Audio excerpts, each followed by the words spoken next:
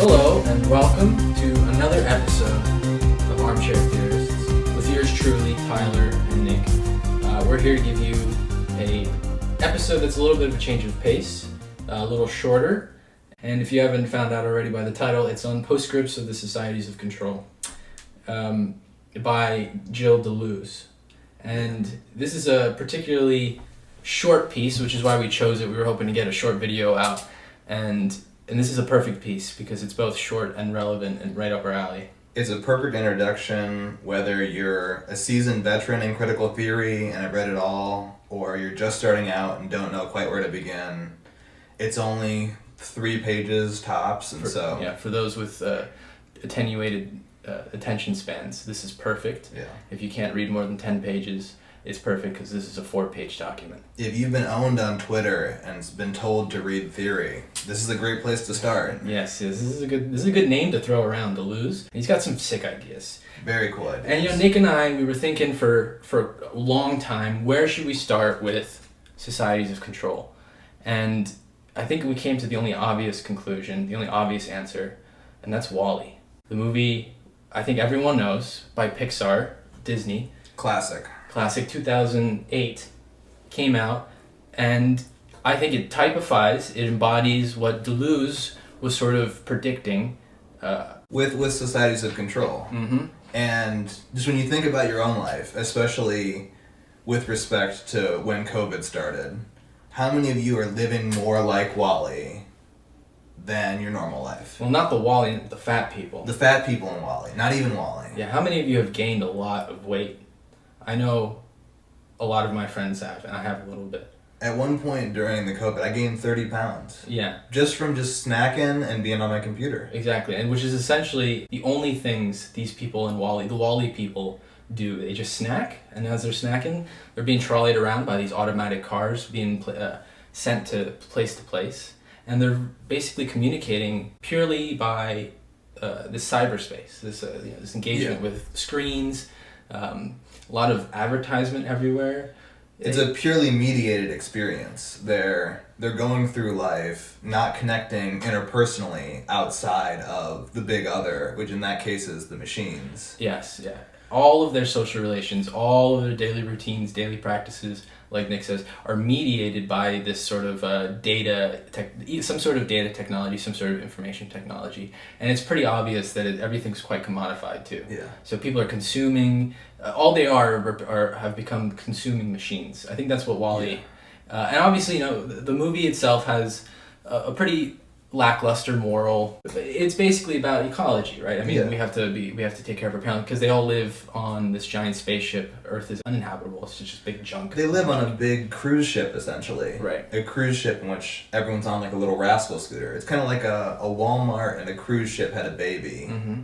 And that's what they live on. Just a big mall, essentially. Which is a very prescient critique of 2008. Because I think that 2008 is like the year of the Hummer. Like, it's a very different era.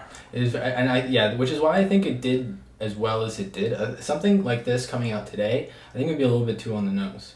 I think they could have they were able to satirize their moment because it wasn't so they predicted pretty well what our lives look like today, especially under COVID. It wasn't real yet. I mean, it was in the process of becoming, and people who are prescient, like Deleuze and like the people who created WALL-E, could see it. Right. But now we're living it. And I think that especially in the COVID, and this is why we came back to Deleuze, and why we think Deleuze is so important, is because I think we're living Deleuze right now. Mm-hmm. We're living in the society of control. If you had a meeting on Zoom, you're living in the society of control. And so I think we need new theory to explain what the heck's going on, and what does that mean for left politics, for a new labor movement, and for our socioeconomic relations. Mm-hmm. Mm-hmm. And so that's what's really been on our mind recently. But of course, we've only been in it recently. It precedes other types of societies that Deleuze is obviously in conversation with. The societies of control didn't come overnight. They came slowly through the progression of technology and economy in society. Mm-hmm. And so Foucault, in his works, especially Discipline and Punish and Madness and Civilization, highlights these spaces of enclosure. Right. Well, disciplinary societies. Disciplinary societies. starting in the 17th and 18th century with the invention of the prison and the modern school and the modern army. Mm-hmm. What we're talking about here is basically the invention of institutions, of state bureaucracy, state-run like organization that's meant to penetrate people's lives a bit more profoundly than maybe sovereign power did, where they just executed someone once in a while and everyone saw it. But now Foucault identified an interaction between classes that's much more deep and detailed. But point being is that in order to identify societies of control, we have to understand where they're coming from.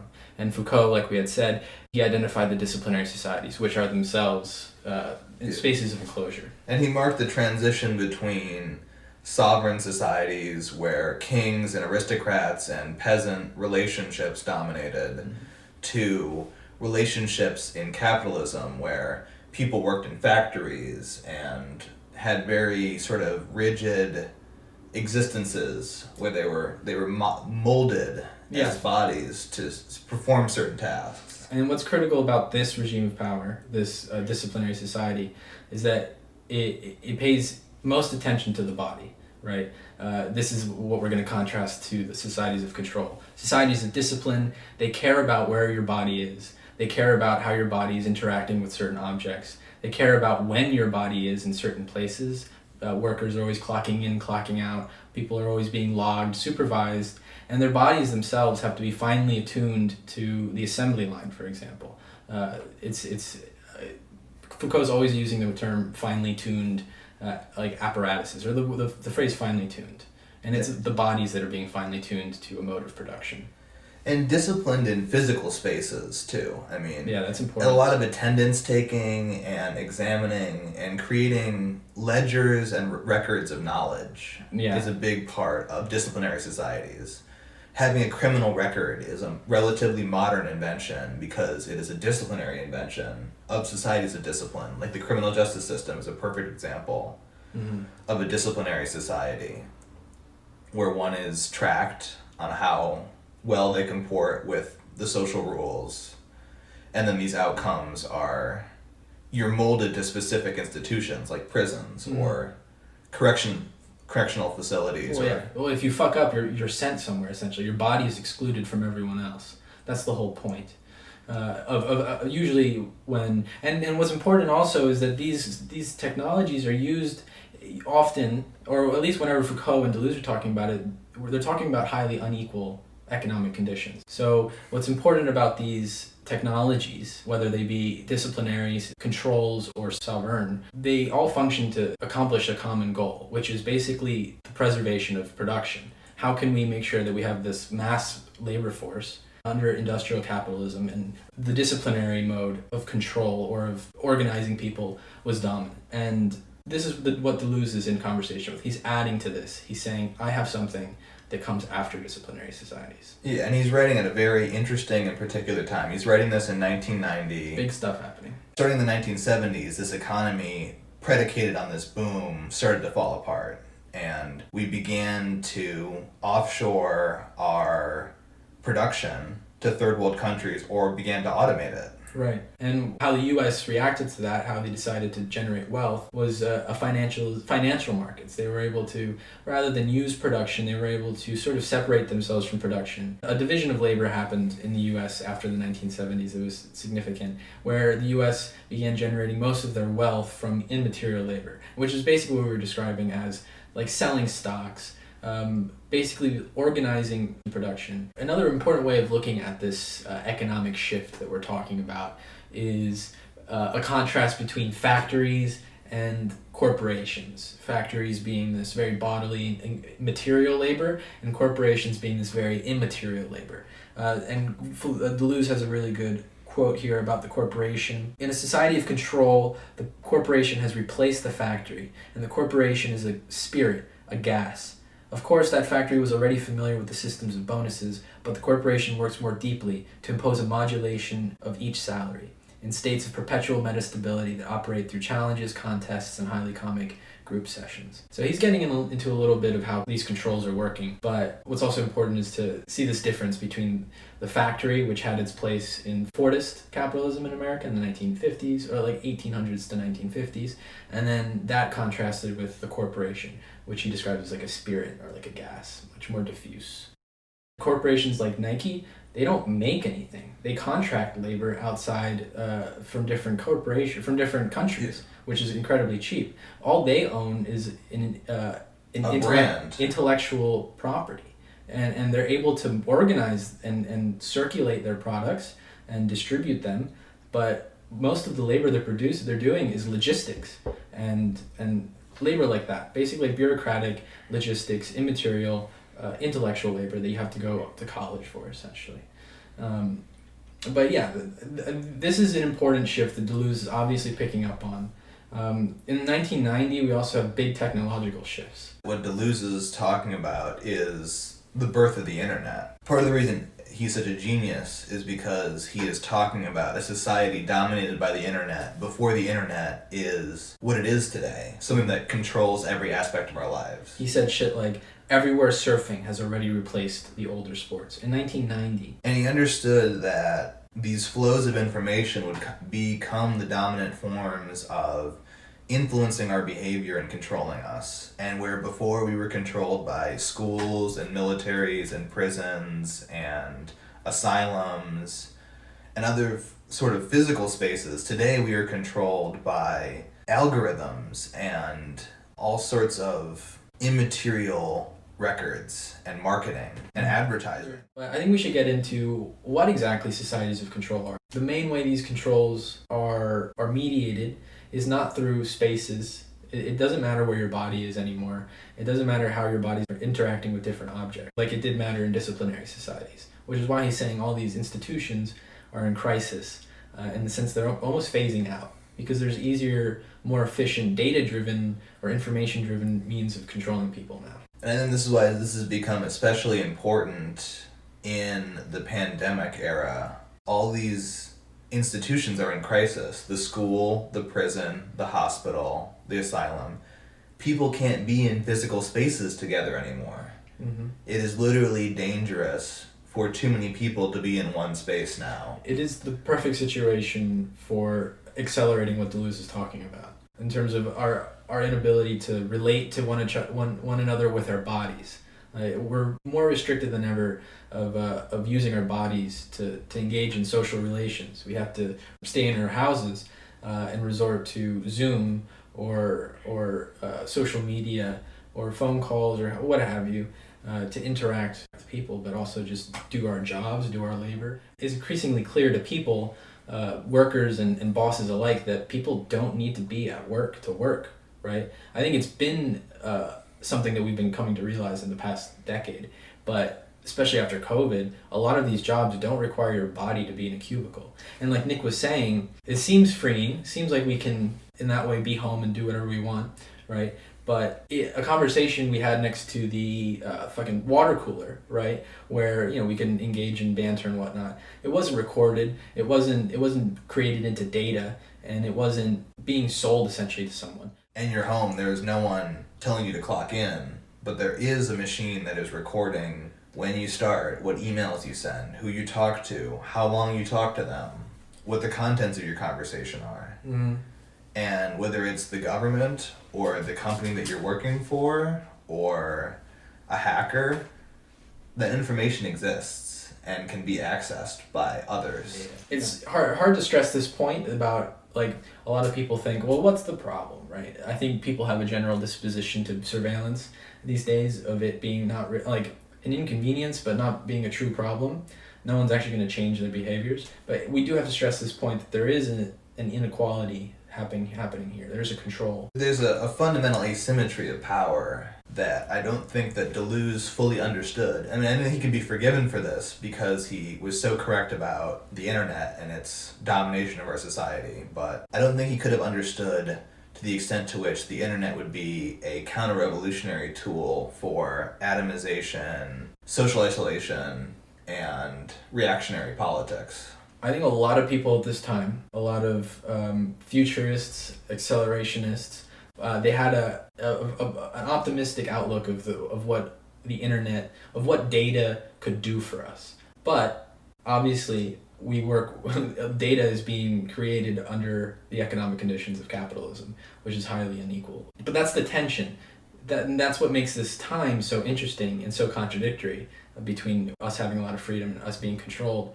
Data is so easy to create. It's so fluid. It's so liquid, right? You can replicate it for less than cents, and it has this liberatory capacity to it. But there are people whose interests are to control, to restrict the flows of information and channel that information away from us, the people, to Jeff Bezos. It's been colonized. The internet has been colonized like any other frontier. Mm-hmm. That's important. Yeah. Deleuze saw the potential for this to happen, but I don't think that he saw it as inevitable in the way that it became. Mm-hmm. And I think that the zenith of internet optimism was 2011 with the Arab Spring and all the hope it generated for democracy in the Middle East. And then right after that failed, and the Syrian war happened, and Libya happened, and all the death and annihilation that came out of those, and the fact that ISIS rose out of those, left a lot of the internet optimists miffed. It's come to replace politics. I mean, internet, the culture. Right? Politics used to happen in the streets and in the ballot boxes and in the world. And now politics happens online, on Twitter. And again, we're not moralizing. No, it's not a moral thing. It's a material condition. It leaves us in a place where we can't resist as easily as we once could. Because all of our means of engagement with our world is reduced to this internet, which seems incredibly free, but is in fact what's accelerating our inequality. It's almost paradoxical because on the one hand, we've never been more connected and more capable of collective action due to social media and the internet. And on the other hand, we've never been more isolated, more atomized, and more alone because of the internet and because of how much time people spend on social media and not interacting in person. It's even more diffuse, it's even more ephemeral, leaving you unable to point your finger at anything than the disciplinary societies were. Because your body was so important to the value being generated, right? Because your body, material labor, you were able to use that in a very intuitive way, right? In a way that you can have solidarity with someone and fight something that's there, right? Fight a very clear centralized power. But now everything's so diffuse, so networked, and we seem so content with just consuming internet media that it's incredibly counter-revolutionary period. More counter-revolutionary than the disciplinary society where the Soviet Union was able to take root, or certain the revolutionary masses were able to actually produce and change their future. But now it seems like all the more that's impossible, especially in places like the US. Societies of control, they have ushered in the era of capitalist realism. Neoliberal ideology or capitalism has sort of won out, and there's eternal. No one can think beyond it.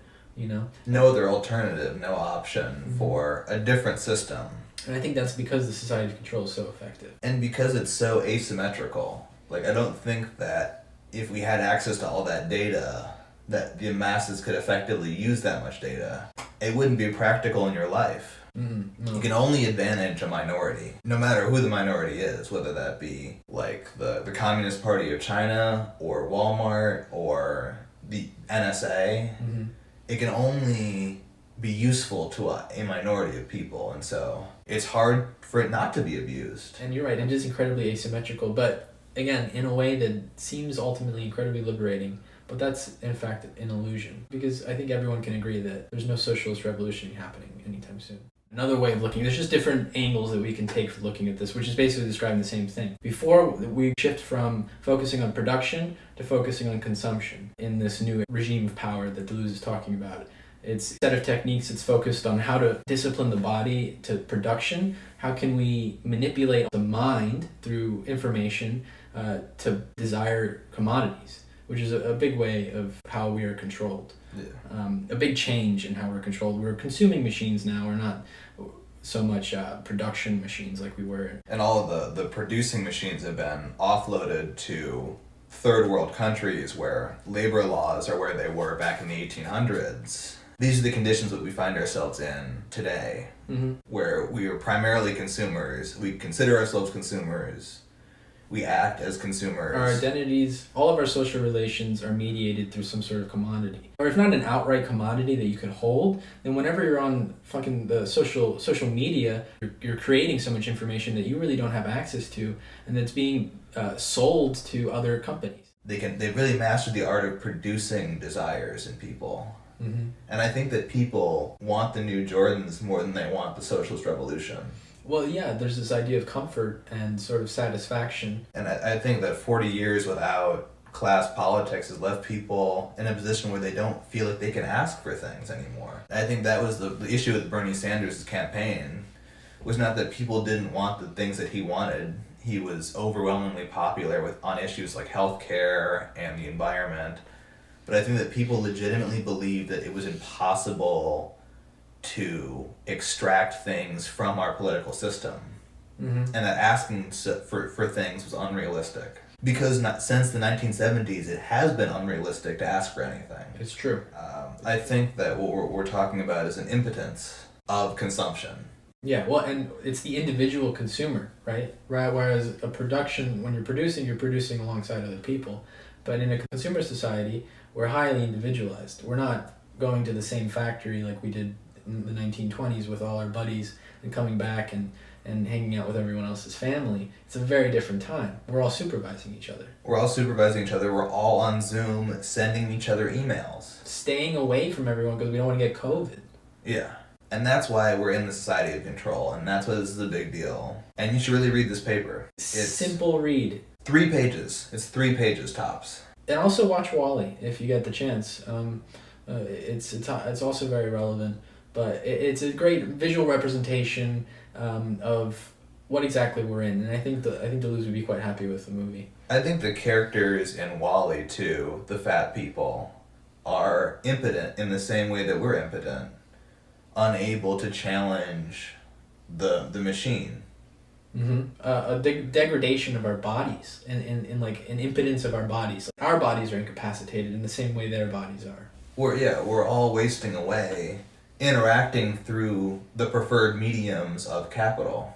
But we'll provide some links at the bottom for some extra books, extra readings, and extra ideas for thinking about this stuff. And also, please subscribe, like, and share this video. It'd be a great help, it would be, of course. Especially if you liked it. I mean, we're still a new YouTube channel, and so we could use a lot of help and support. And so if you enjoyed this, please share it. You're probably now listening to a little bit of Fabalizer, and thank you so much for your time.